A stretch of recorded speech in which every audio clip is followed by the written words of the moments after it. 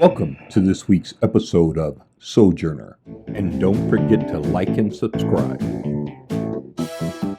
Welcome back to the ongoing series, How Spaces Define Masculinity, a Black and Black-Biracial Men's Initiative. My name is Carol Jean Matthews-Shifflett, and I am the CEO of the Sojourner Group.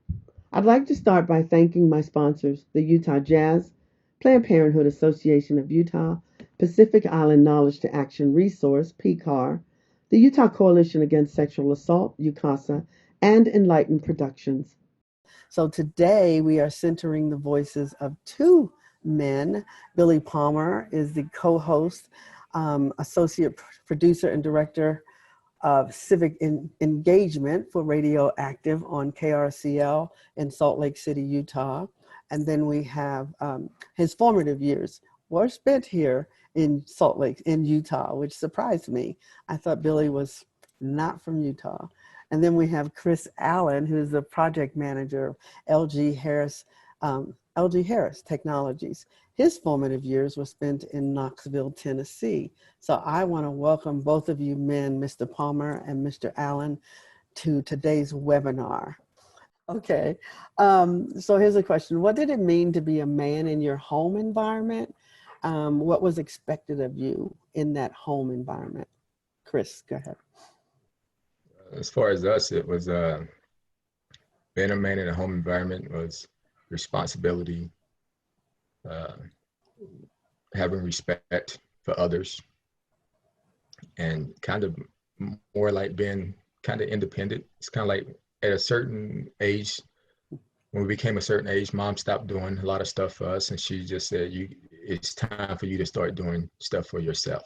I mean, like washing clothes, ironing, doing whatever, certain things that you have to do. It's kind of like, I'm not going to do this for you no more. You're in sixth grade or you're a teenager, and it's time to start learning how to take care of yourself and do things. Then you had your chores around the house that you had to do, certain things. But it was pretty much, a lot of it was just education. You need to get your education. That was the main focus thing, is you go to school, you get your good grades, and you got to get your education. And these are things that people don't know about Black men. They don't realize how important our parents push education on us. I think they are just clueless about that. Yeah, and a lot of stuff was, you have respect for your elders. You treat women like they're supposed to be treated. You don't treat them lesser, but you treat them the way a woman should be treated. It's kind of more your equal. And then in parts, you probably should treat them better than yourself. Okay, I like to hear that, Chris. Thank you. Okay, Billy. What did it mean to be a man in your home environment? And we'll talk about women as well, but what did it mean to be a man in your home environment? I'd say that probably my environment was a little bit different than that. It was men are meant to be strong, tough, not afraid. Men are in charge. I grew up with the idea that women weren't. Women were the helpmeet. They were the man. The man is the head of the household, and the women are helpers. So I grew up with those concepts. I grew up where you don't act like anything like a woman. Then you're a sissy. You don't cry. You don't. Just tough, just staying tough. And growing up in my community, in my environment, I was the oldest boy in the house. And so the idea for me to be a man was very important, for me to be able to, provide for the family and also stick up for my brothers and my sisters and fight, like I grew up fighting, and because, that's how it was. It was, we grew up in fairly, we were constantly the new kids, and we were quite often, even in living on the west side of Salt Lake City, we faced a lot of opposition to who we were, and so I grew up thinking that manhood, and my dad was very masculine, and he was very traditional male in a sense, he was, so those were my examples, you know, when I thought about my dad, and even my mom encouraged me to at least be like that about my dad, in a way that he was Mm. in charge, tough, even when he was wrong, he was, you know, he was right. He was a winning, you know, win win win. Don't, you know, don't be indecisive. Even just be strong. Strong, fighting, winning, and not crying, not showing any emotions at But all. see, Yeah. with me, my dad was more of a provide for your family and put the needs of others before yourself. He always done that. It was a lot of, it was some things I didn't even find out he done until after I was in Utah, and I was like, wow, I didn't even know that you put that need Right. of us, of your kids and your wife before you put it. But ours was more. It wasn't more the, you got to be masculine, you got to be macho, you got to take charge. It was just more of a, you work hard, provide. And I remember he told me something years back. He was like, if you work now, you can play later, and if you play now, you have to work later. All right. And when I one of my previous jobs, this is back in 2003 when I was working in the laboratory, and I was telling some of the guys that, and so this has been 17 years ago. I don't work at that company no more, but they called me for my birthday last month. And one of the guys, Dean, was like, I remember what you told me your father said about if you work hard now, you can play later. If you play now, you work. If you play now, you have to work later. And he said, it's still sticking with me. I remember you said that 17 years ago.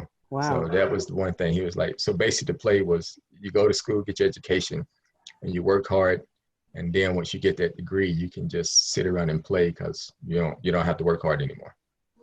Yeah, I think that was probably the philosophy of my father with my brothers as well, you know.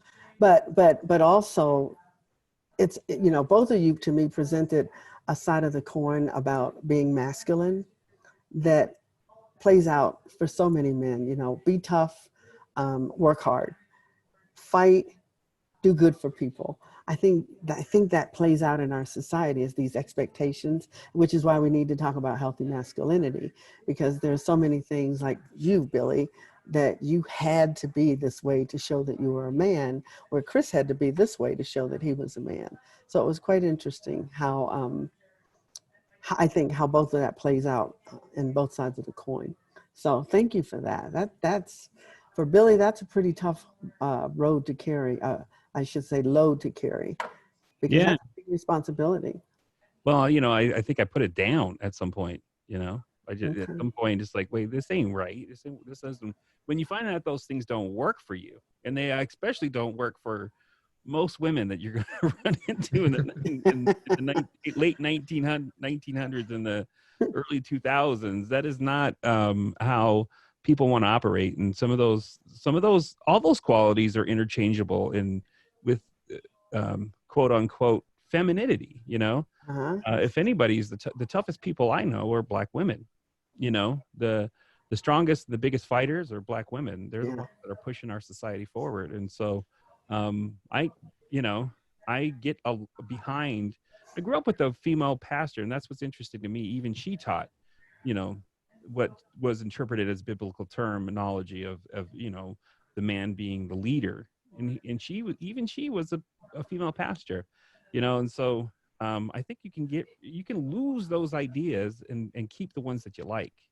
You know what I mean? I think I love that sort of that being a man. I love, in a sense, some of the things that come along with your masculinity, and I feel like you can keep those, and you can let go of the things that you find just don't work. You know, but Yeah. definitely, you know, that this is me after years of therapy. I was going to say, what changed you? What made you get out of that mindset? That's what I wanted to know about this. You know, I think that's the one thing about masculinity is that when we call it what we call toxic masculinity, or that Mm, expectation of masculinity, can be such a pressure cooker, you yeah. know. And I think that's the, you know, we look at masculinity, and men have more suicide ideation than women, more blood pressure issues and heart disease and weight problems, drug addiction problems, alcoholism, all those things. We fall into those traps more so than our female counterparts. And I think that's sometimes masculinity gets to be too much, and those expectations, and I think they have mental and physical health risks to I them, agree. right? I and agree. I think you can feel it in your body sometimes, and I think in your mind it can really do some damage. And so at some point, it's a necessity to find another way. And I'm a soft person, and that's it. It was always some of the things where, I was athletic. I loved playing sports. I liked fighting. I took up boxing. I loved all that stuff, but I was also a person that was quiet, shy, introvert. This is true, even though I'm on the radio. Introvert, all of those things. I was a fairly soft person, and in so many ways, most of my best friends growing up were females. I liked hanging out with women, and so there was a lot of what we would call feminine traits in me, Uh-huh. and those were always things I was battling, and those were always things that were being pointed out. Billy's kind of a sissy, that kind of thing. And so, yeah, you find that stuff doesn't work for you after a while. And I look at certain folks that are struggling with that. And it's interesting how, you had to struggle out of that mindset, and Chris, the way Chris was raised, he was raised actually to be in touch with his feminine side. That's how I look at it. Would you look at it that way, Chris? And I think like with the masculinity, I think you see, well, I'm just gonna go, you see what you see on TV, the bad boy image or whatever you want to call it. And a lot of Black men try to be that image, Mm-hmm. and they struggle because it's something that they shouldn't be. It's not really them. Mm-hmm. And then that's why they struggle, because it's like, well, I gotta have money, gotta have a nice car, gotta have a big house, I gotta be in charge, I can't cry, I can't show no softness, I can't show no weakness. And then they try to do all of that, and it's really not them, and they struggle. But as far as a Black woman, or I'm just gonna use Black women, they just be who they are. I mean, whether they're strong or caring or whatever it is their trait is, they just be whatever that trait is. Are you saying true to themselves? Yeah, just true to themselves. I mean, Okay. whether you are good with managing money or whether you're good at doing this, they just do. But the Black man is kind of like, well, I have to do all of this stuff, knowing, and some of them knowing that they're not good at doing it, and they're trying to do it, and then they can't achieve what they think they should achieve, and then that's where all these depression and your physical and mental disabilities come into play, Which affects your health. Stay tuned for the next episode on How Spaces Define Masculinity, a Black and Black-Biracial Men's Initiative.